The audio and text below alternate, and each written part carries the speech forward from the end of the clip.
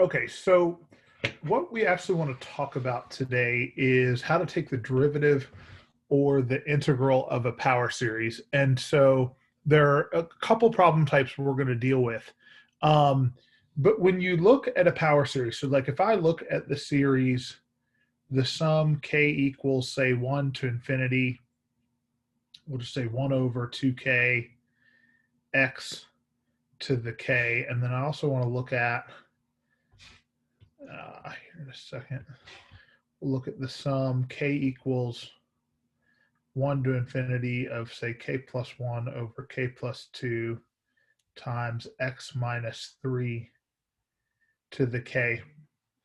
So I want to look at what the expansions of these look like. And so the idea is we're going to say, okay, this is f of x, and then this is some other function g of x, unrelated to each other completely. So nothing, these have nothing to do with each other. They're just both power series.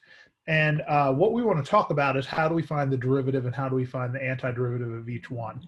And so if we look at the expansion of the series, so like what it looks like when you start plugging in k equals 1, k equals 2, and so on, this first series, if I plug in k equals 1, I get 1/2 x to the first. And then if I plug in k equals 2, I get 1/4 x squared. If I plug in k equals 3, I get 1/6 x to the third. And k equals 4 gets me 1/8 x to the fourth, and so on.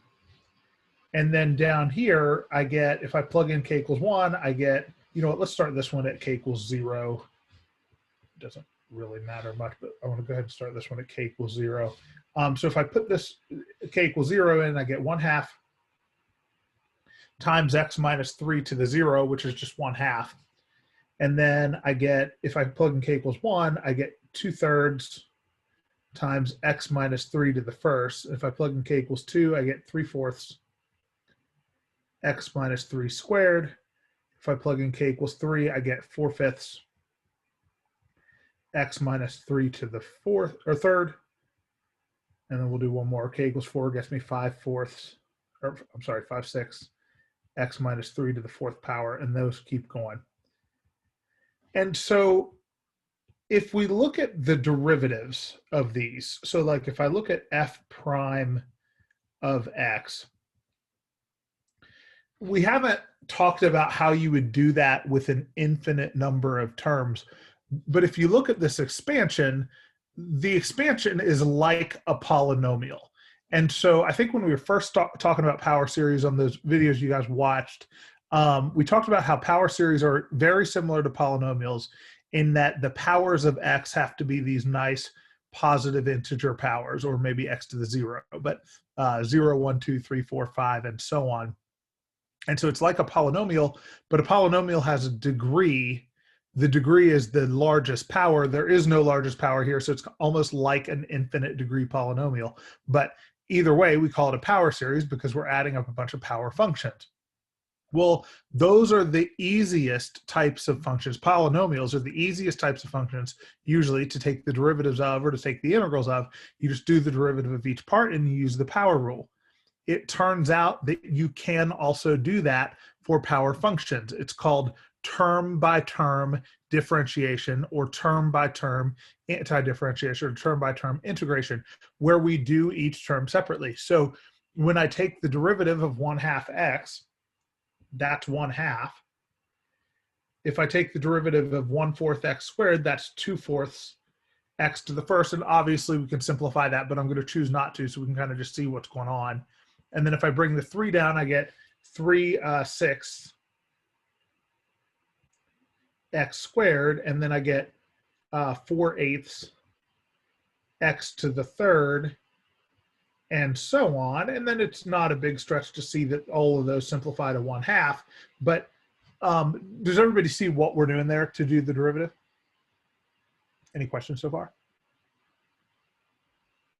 Okay, and so it turns out we can do that without looking at the without looking at the expansion. So we can do the power rule within here. So if we look at just the part that's written in black, without looking at these, if I were to apply the power rule, 1 over 2k is a constant with respect to x. It's not as k goes from 1 to infinity, but when we're taking the derivative f prime of x, we're talking about the derivative with respect to x of this power series. So with respect to x, k is a constant.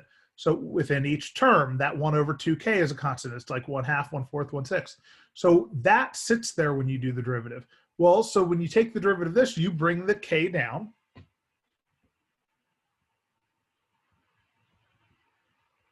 And when you multiply it, it gets multiplied on top. You get k over 2k x to the k minus 1. Does everybody follow what's going on there?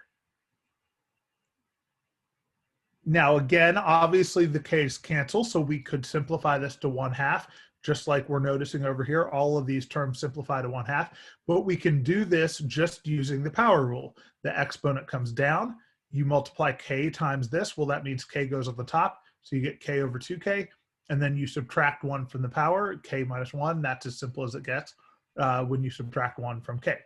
All right, any questions on how we did that?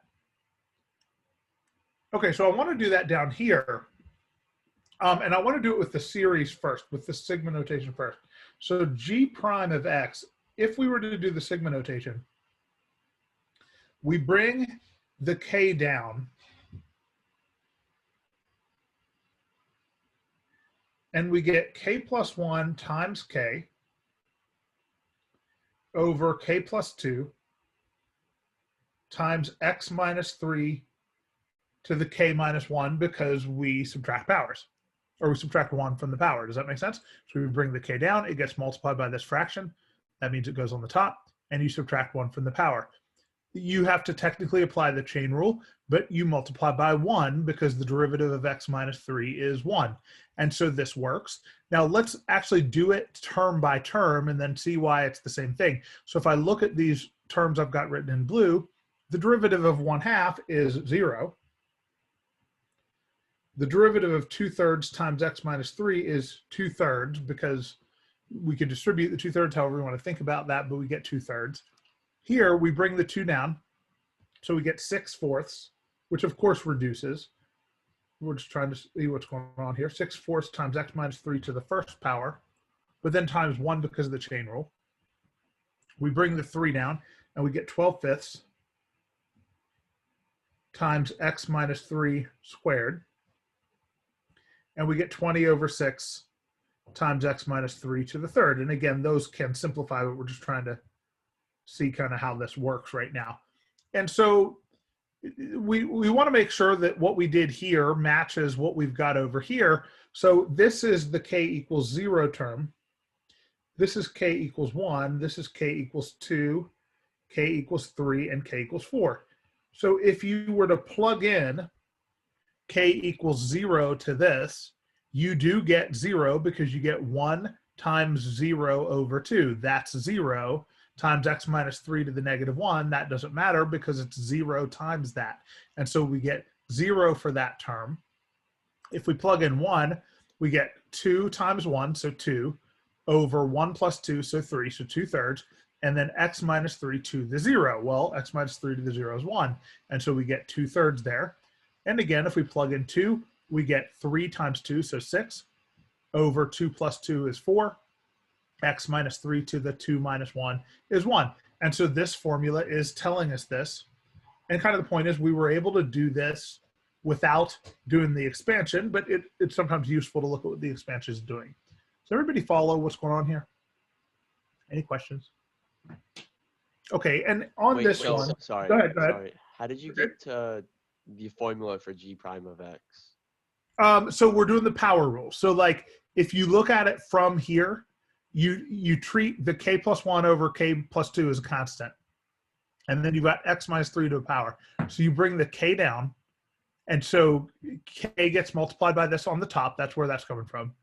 And then you subtract 1 from the power and get k minus 1.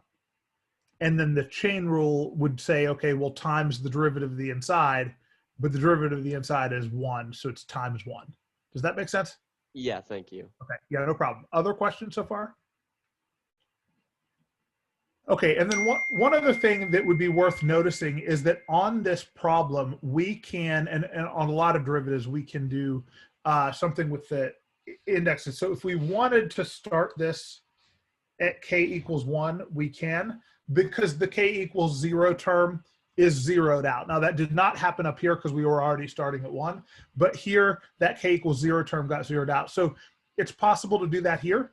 It's something to watch for. A lot of times you can change where the sum starts. You don't have to do that though, because if I plug in 0, I do get 0. It's just if you see an answer somewhere, or maybe on WebAssign, if it's giving you this starts at 0, but the derivative starts at 1, that might be why that's happening. So that's just something to watch for. Be aware that you can do that, because especially in the derivatives, a lot of times, like whatever that first value is, if it was a constant here, then it's going to be gone on the derivative, because the derivative, that's 0. So you could actually up where k starts or n starts or whatever letter we're using.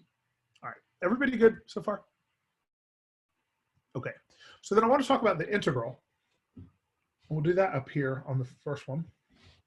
So the integral of f of x dx, and we'll deal with the summation notation in a minute, but remember we're looking at the integral of this blue one. So we've already dealt with derivative. We're doing the integral of the blue one. So the integral of 1/2 x is 1/4 x squared. And again, we're doing what's called term by term integration. So, or term by term anti-differentiation. So we're taking the antiderivative of each part. So the antiderivative of 1/2 x is 1/4 x squared. The antiderivative of 1/4 x squared is 1/12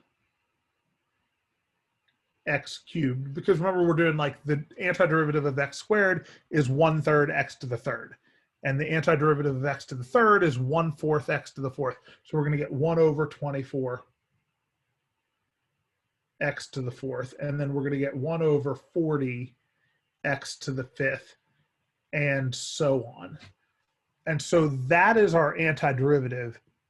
And normally we have a plus c, which we should still have here because the derivative of a constant would be 0. And so we're going to put plus c, but we're going to put it at the beginning because this series continues forever. Does that make sense to everybody? We good? Okay, now we can do that from the formula as well. So if we look at the sum from k equals 1 to infinity of that, we're going to do the power rule. So like the antiderivative of x to the third is 1/4 x to the fourth. Well, when we do 1/4, the 4 gets multiplied to the bottom. That's why we got 24. So here we're going to add 1 to the power. Well, if we add 1 to the power, we get k plus 1. So we get 1/k plus 1. So our thought is we're going to get 1/k plus 1 x to the k plus 1. But that gets multiplied by this 1/2k. So we're going to get, and I'm going to erase a little bit so I have a little more room to write. But we're going to get the sum k equals 1 to infinity of 1/2k times k plus 1, and then x to the k plus 1, and we'll put c plus that, like our plus c here. Does everybody follow what we're doing here? Any questions on that? Okay, go ahead. Okay. So then when we're doing this bottom one, I want you guys to do the sigma notation for the antiderivative of g of x dx. So see if you can come up with this form of the antiderivative. Don't worry about this part over here, but from this one that's written in black, the one on the top of those three, see if we can get the antiderivative. Write down what you think it is, and then we'll check it together in just a second.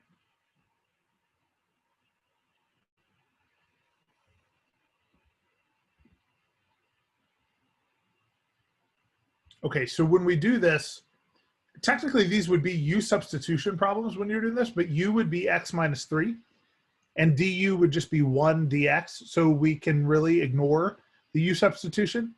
That means that we're going to just do the power rule. So we're going to get c plus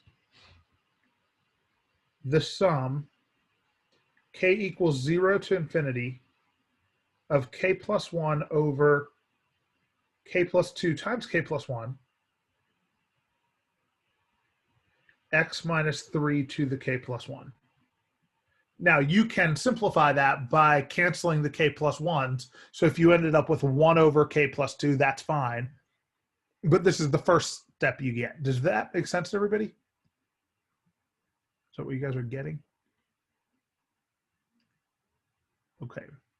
So we get there, and then if you were to look at the term-by-term anti-differentiation, so if we're looking at this answer, this expansion, we get c plus 1/2 x plus 2/3 times 1/2 x minus 3 squared plus 3/4 times 1/3, and you can simplify these, but x minus 3 to the third, and so on. But that is the expansion of this. We can also get that by integrating each of these.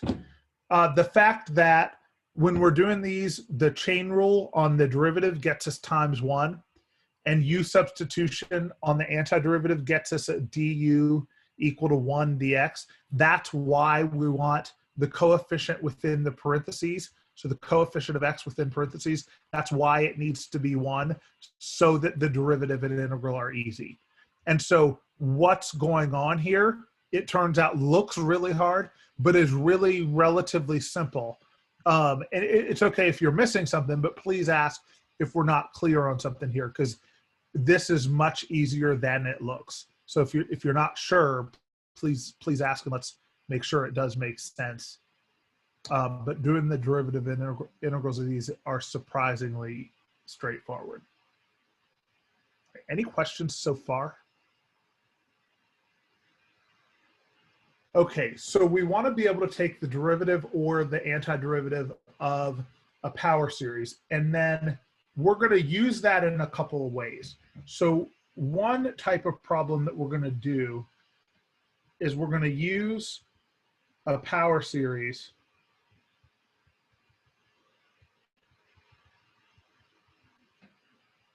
to evaluate the integral.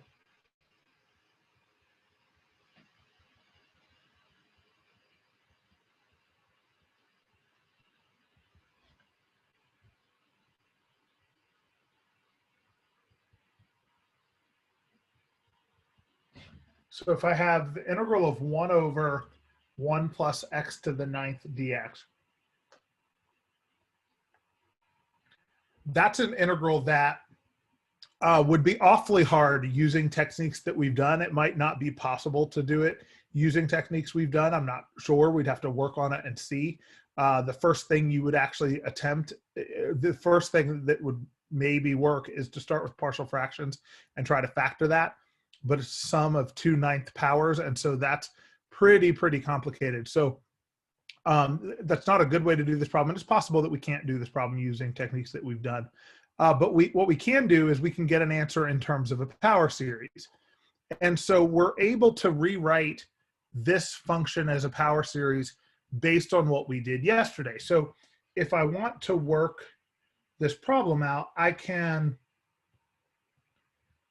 look at this as being a over 1 minus r. So I get 1 over 1 minus negative x to the 9th. And for the a over 1 minus r, then, a is 1 and r is negative x to the 9th power. Well, that means the sigma notation for that, or the series for that, is the sum k equals 0 to infinity of a r to the k. And so we're wanting the integral of that series. We need this in the standard form for a series, though. So we need the coefficient of x within the parentheses to be 1. We need x just to a single power. So we're going to simplify this by making it negative 1 to the k. Here, so integral of the sum k equals 0 to infinity. And then it's negative 1 to the k, x to the 9k. Because we can think of, so the 1 drops off because it's 1 times whatever. And then the negative x to the 9th we think of as negative 1 times x to the 9th. So we get negative 1 to the k, and then x to the 9th to the k You multiply power, so that's x to the 9k. So we get the integral of this series. We're not done, but does anybody have any questions to hear? Is everybody good? Okay, so now we do the power rule on this. Remember that -1 to the k is just a constant for this. So that's going to sit there. And now we're going to do the power rule on this. So we add 1 to the power. And that means we get c plus regular c. So c plus the sum k equals 0 to infinity. And when we add 1, we get 9k plus 1. Just be careful. We know if we think about it, it's not 10k, but it's not. So because they're not like terms. So you just add 1 to that and you get 9k plus 1 on the bottom. -1 to the k stays on the top, and we get x to the 9k plus 1. Now that's the antiderivative in terms of a series, but that is a way to get that. And it's true only on the interval of convergence, which we talked about finding yesterday. It'd be between -1 and 1 here, but that is a way to get an antiderivative. It's just the answer doesn't look the way we would normally expect an answer to look there. But that is the antiderivative in terms of a series. Does that make sense to everybody, what we're doing? Any questions? Okay. And then we can use this to find power series representations of more important functions than what we were doing yesterday. So find a power series representation for f of x. And then we're going to find its interval of convergence. Or, I'm sorry, its radius of convergence. We're going to ignore the endpoints. So the theorem we're using, which we're not stating, if you read through the textbook, it does state the theorem completely, but I don't think it proves it. That takes more advanced math. So the theorem that we're using says that basically derivatives and integrals are straightforward. You can do term by term differentiation. You can do term by term integration. When you do that, the theorem also says that the radius of convergence does not change. And so the radius of convergence stays the same as the original series. So when we find its radius of convergence is going to be the same as what it was to begin with, if we do an integral or if we do a derivative in order to do that. So anyway, the radius does not change. The endpoints could, so it's possible that the endpoints weren't included and now they are, or if more likely if they were included, then they're not after you take the derivative or integral, but we're not going to be concerned with that. If you wanted to determine that, you could test them independently like we did before, but we're going to just go with the radius so that we don't have to worry about whether the endpoints are included. So the first problem I want to do is f of x equals arctangent of x. So inverse tangent of x.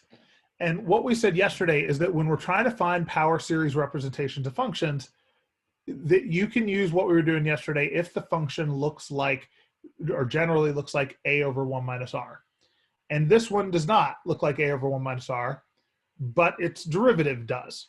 So I can say, okay, well, we don't like this function. We're going to deal with g of x instead. So we're going to come up with this other function, g of x. Oh, I'm sorry. And g of x in this case is going to be the derivative of that, which is 1 over 1 plus x squared. And so we're going to come up with a power series for this. And the reason we consider g of x is not because we would always do the derivative. We don't. But here, the derivative happens to look like a over 1 minus r. So we know how to do that. And then before we get started on that, so we're going to come up with this other function, g of x, and then we're going to establish the relationship between f of x and g of x. So f of x here is the antiderivative of g of x. So we're going to write an equation under this. And you want this equation to have f of x solved for. So you want f of x equal to something in terms of g of x. And the idea is we are going to find the series for this one, for this g of x. And then we're going to use this relationship to get the series for f of x. So once I have the series for this, then I can take the antiderivative and get the series for inverse tangent x. So that's kind of the process here. Does that make sense to everybody? All right, so then it's actually a lot like the last problem, but it looks a little different. So g of x, we're going to think of as 1 over 1 minus negative x squared, so that it's in the form a over 1 minus r. A is 1, r is negative x squared. And so this is the sum k equals 0 to infinity of 1 times negative x squared to the k. That's the sum k equals 0 to infinity of negative 1 to the k x to the 2k, just like what we were doing yesterday. Does that make sense? Any questions so far? Okay, and so there are a couple other things we can do. One is we can go ahead and find the radius of convergence over here. So the absolute value of r has to be less than 1.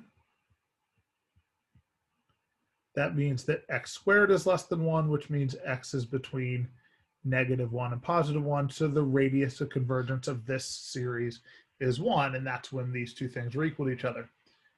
So now we're going to go back over here. I'm going to say, okay, well then f of x, which is inverse tangent x, is equal to the integral of g of x. Well, g of x as a series is the sum k equals k equals 0 to infinity of negative 1 to the k, x to the 2k, and so we get that times dx. Does that make sense, everybody?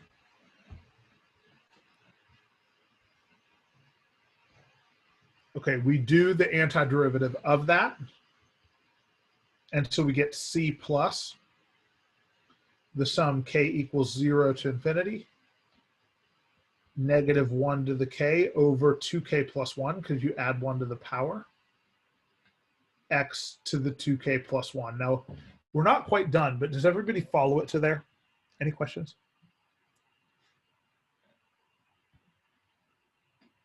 All right.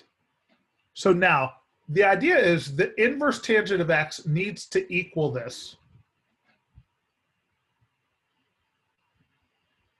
within the interval convergence. So between negative 1 and 1, these two things are going to be equal to each other. But the c plus in this answer implies c could be any constant. And so there's an infinite number of answers. Well, obviously, inverse tangent of x is not equal to an infinite number of functions. This is one function. And so c is going to be, or this equation is going to be true, but only for a particular value of c. So we need to figure out what value of c makes this true. So maybe c is 5, or maybe c is pi over 2, or maybe c is 0, or maybe c is negative pi. And so we need to figure out what value of c works here. And so the way we do that is we pick a value within the interval of convergence. So the radius is 1, so it's between negative 1 and 1. We pick a value where we're able to evaluate both sides. And the side on the right is more complicated because of the series, but it's easy to evaluate if x is 0. Why would this be easy to figure out if x is 0? What happens if I put 0 here for the x? What do you guys think? So if you put 0 in for x, what happens to all the terms in the series? There's a 0. They're all 0. Yeah, not just approach 0, it is 0, because 0 times all this stuff. So I'm going to plug 0 into both sides. And I get inverse tangent of 0 equals c plus the sum of 0. And so I'm going to write it all out, but just so it's clear later what we did. But you plug in 0 there. Well, now, inverse tangent of 0 happens to be 0, but that doesn't have to be true. Like if we're doing inverse cosine of 0, man, what is that? Inverse cosine of 0 would be pi over 2. And so like if we were doing this for that, we would have pi over 2 here. But anyway, we probably wouldn't do this for inverse cosine, but the point is that this doesn't have to be 0. We do have to work it out. And so we get 0 equals c plus, and now the sum of this is 0 because all the terms is 0. What that means then is c is 0 in this problem, but c in general does not have to be 0. So what that means is then the answer is that inverse tangent of x is equal to 0 plus the sum, k equals 0 to infinity, of negative 1 to the k over 2k plus 1, x to the 2k plus 1. And so this series is equal to inverse tangent of x on a radius of convergence of 1 because of what we found up here. So between negative 1 and 1. Does that make sense to everybody, what we're doing? Any questions? Okay, and now the idea is we can use this series to approximate this. If we found the infinite sum, it'd be exact. But if we wanted to find like inverse tangent of 0.1, we can plug 0.1 in for x over here. We can add up a bunch of terms, and that the more terms we add, the closer we get to the actual value of inverse tangent of 0.1. And we kind of looked at an example like that yesterday where we wrote out what that would look like. All right, everybody good so far? Okay. All right, so that is an example of how you can use an integral to find a power series for a function. This is probably the most useful one we've found so far because inverse tangent is a function where we can't otherwise evaluate the function for a lot of values. We can for certain trig values, or certain special trig values, but not for values in general. So the next one we're going to do is if I have one where it's f of x equals, let's do 3x to the 7th over 5x squared minus 1 squared. And so this is a little tougher. But if we remember from calculus 1, like first semester calculus, if you think about 1 over x, the derivative of 1 over x, that's x to the negative 1, right? So the derivative of that is negative 1 x to the negative 2, which is negative 1 over x squared. Do you guys remember that from Calc 1? So derivative of something over x to the first is something over x to the second. And so the point of that is that this formula that we're trying to find the series for looks generally like a over 1 minus r, except for this square. And so when we have one like this, that means it's the derivative, or it's close to the derivative of a formula that is in the form a over 1 minus r. So the easiest way to go about it, there's a lot of ways to go about it, but I think the easiest way to go about it is to think about this function g of x, where instead of the derivative or the integral of that, we just go with 1 over the bottom to the first, okay? So ignore the top right now, and we say 1 over the denominator to the first.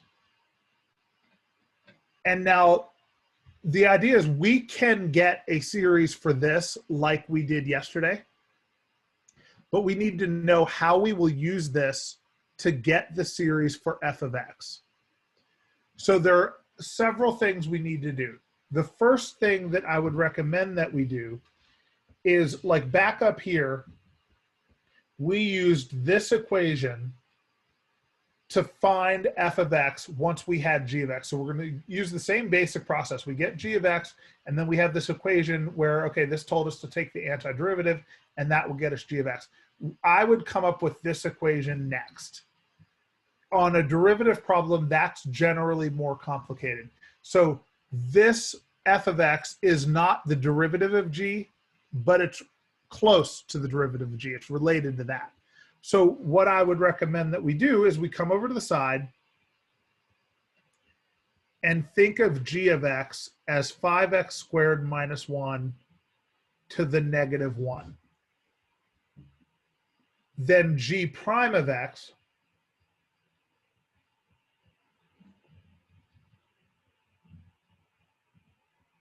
is -1 times 5x squared minus 1 to the -2 times the derivative of the inside because of the chain rule.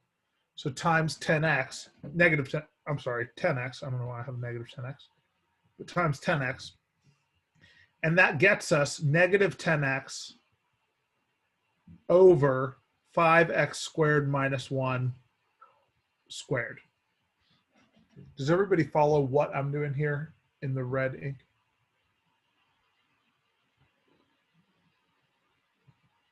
Okay, so then if we get a series for g of x, if we then take the derivative of the series, which is easy to do, then that is a series for this function.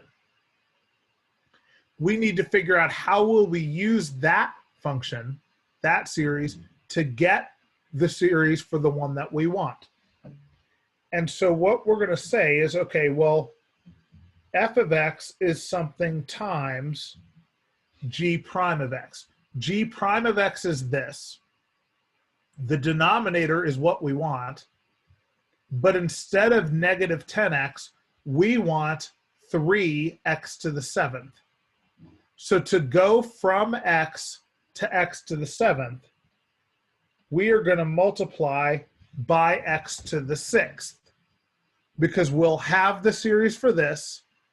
We already have an x, 1x, and we need to get x to the 7th, so we multiply by x to the 6th. To go from negative 10 to positive 3, we're going to multiply by negative 3/10. And the idea is because the negative 10 will cancel the negative 10 that we've got, and the 3 will get us the 3 that we want. Does that make sense to everybody where I'm getting this term? You guys good with that? Okay, so this is an outline of how we actually now do the problem. So the idea is we can get a series for g of x. If we have that series, then this equation tells us, okay, well, then we need to take its derivative, and then we need to multiply it by negative 3/10 x to the 6th, and that will get us the series for the original function that we want. So we're now going to go ahead and do that. So we're going to say, okay, well, then g of x, we're going to get it in the form a over 1 minus r. So I'm actually going to factor a negative 1 out, and that's going to get us negative 5x squared plus 1. And then I'm going to move the negative 1 to the top or cancel it and get negative 1 over 1 minus 5x squared. So we're in the form a over 1 minus r. That part is like what we were doing yesterday. Does that make sense? Okay, so a is negative 1. R is 5x squared. This is then the sum, k equals 0 to infinity, of a times r to the k. That's then the sum, k equals 0 to infinity, of negative 1 times 5 to the k times x to the 2k. The radius of convergence we can find by setting the absolute value, absolute value of r less than 1. So the absolute value of 5x squared is less than 1. That means that 5x squared is less than 1. X squared is less than 1/5, which means x is between square root of 1/5 and negative square root of 1/5. All right. There's a lot going on. Everybody clear so far? So we now have the series for g of x, and we've got the interval of convergence for g of x, and we know the radius then is the square root of 1/5. All right. So now we go back over here.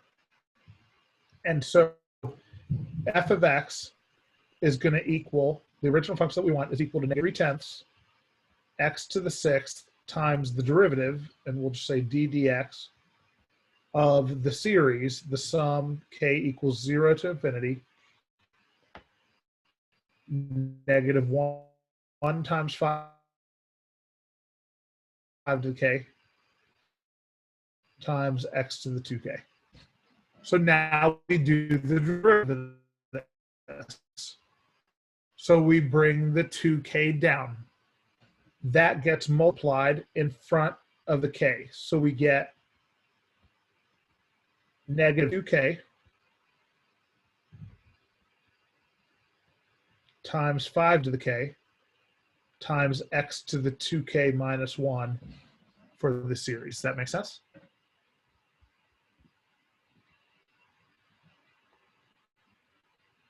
Okay, now we're going to multiply this in here. So the negative 3/10 gets multiplied by the stuff in the front.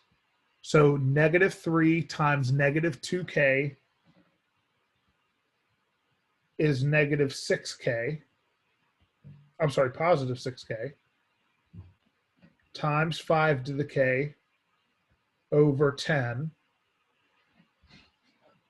And then x to the 6 times x to the 2k minus 1, we multiply those, and so we add the powers, and that gets us x to the 2k plus 5. We can do some more simplification, which I will do, but this is the first legitimate answer to the problem. So we can simplify it down some, but other than that, this is the answer. That makes sense to everybody? Okay, so to simplify this down, I can cancel the 6 with the 10. And that gets us 3k over 5.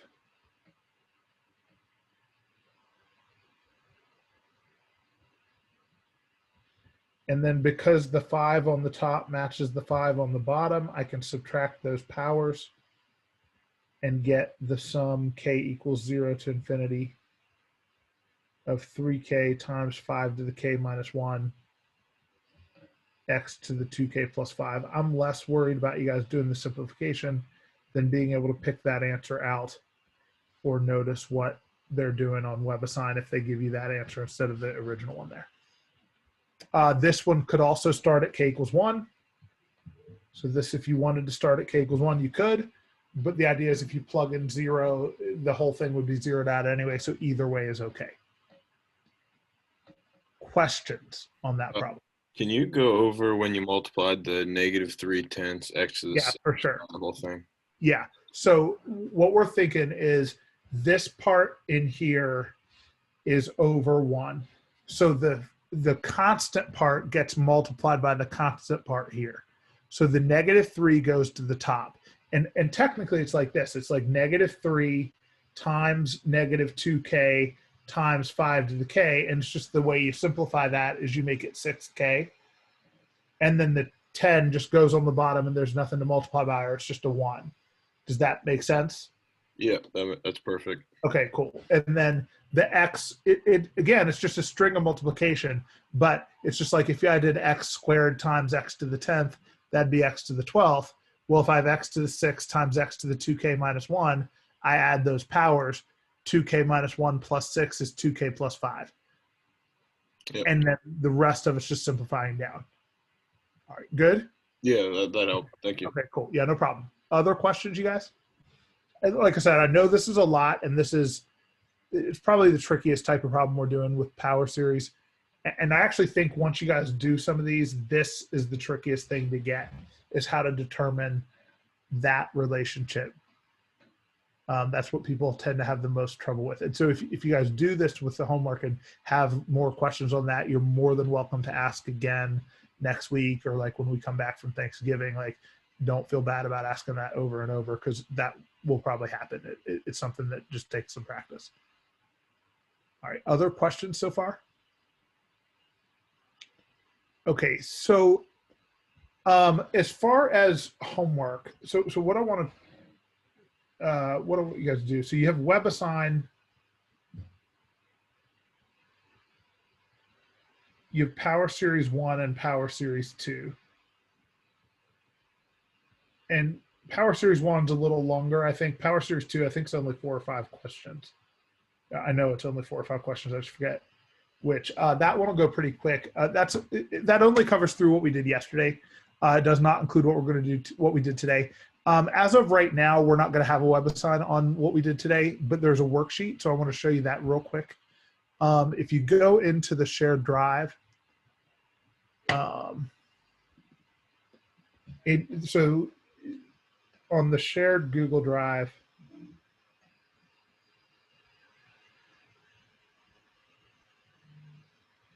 you've got Unit 4 is Power Series. And then within that, you've got 2 folders. So it's like you have in there, you have Power Series 1.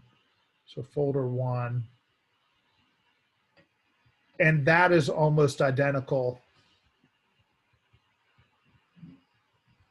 It's almost identical to the WebAssign. It's 6 problems, but you do have worked out solutions. So you should use those, but I'm not collecting those. Make sure you're comfortable with them. But it's a lot like the WebAssign that you've already got. And then, okay, within folder 2, you have this one.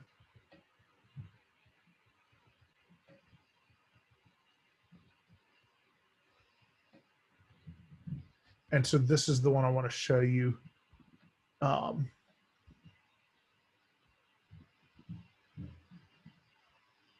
If it will show, my bad. Sorry guys, it went on my other monitor. Here we go. And I didn't have it hooked up. All right, can you guys see that? It was messed up for a second. Yeah, I can see it. All right, okay, cool. So this one, the first 3 problems are like what we were doing yesterday. So you've got ones that are in the form A over 1 minus R. That one is already in the form. This one you have to do a little manipulation, and same with this one. So it's like the problems we were doing yesterday. Those are like the ones on WebAssign for Power Series 2. But then we get into ones like we're doing today.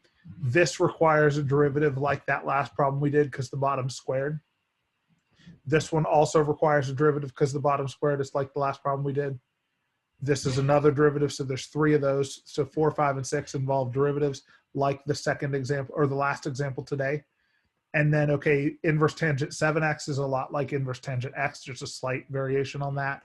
So that's like the first of those, well, not, I guess we did one earlier where it was just an integral, but this is like the first of the ones where we're finding power series representations.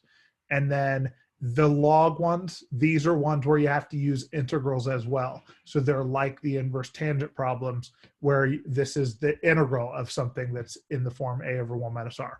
So what I would recommend you do, because we don't have a WebAssign on this right now, and we'll see. We definitely won't before Thanksgiving because I want you to take a Thanksgiving break and not work on this stuff. But what I would recommend you do is numbers 4 through 9 are not covered on WebAssign.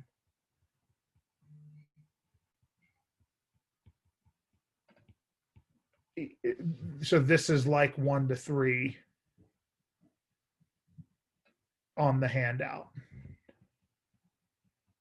And on the PDF, you have full worked out solutions. I think there is a mistake on one of them, and I will try to get that fixed. It's just like a little mistake. I made a mistake with a constant somewhere. I'll try to get that fixed and post the updated solutions. But it's something small, and it's easy to pick out what I did. I think I don't remember what I did, but it's something little. So anyway, these 2 are due Monday. The WebAssign ones are, but you should before the final work 4 through 9. Because we don't have those covered on WebAssign. It's possible when we come back, I'll give you guys another WebAssign with Power Series that would include these. You're definitely going to get one on Power Series on what we do next week, but I don't know whether we'll include these problems or not, and I'll kind of give you an update on how likely it is for those to be on the final. I don't know yet. Sometimes we put them on exams, sometimes we don't, but it's something worth practicing, and you do have solutions for those problems to kind of check yourself. All right, so that is it for today. We're not going to do a lecture tomorrow, so nothing for Friday. We will do a lecture next Monday and Tuesday. I more than understand if you don't want to attend live during Thanksgiving week. That's completely fine. I'll record whatever I have for Monday and Tuesday. I will not have any new homework until after Thanksgiving break. So you have these 2 web assigns due Monday night.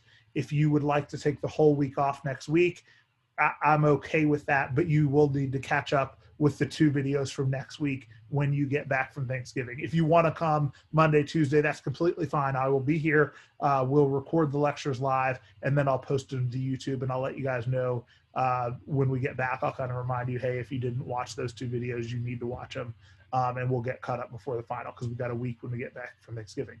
All right. That is it for today. I hope you guys have a great weekend. I hope to see you Monday, but if not, have a good Thanksgiving.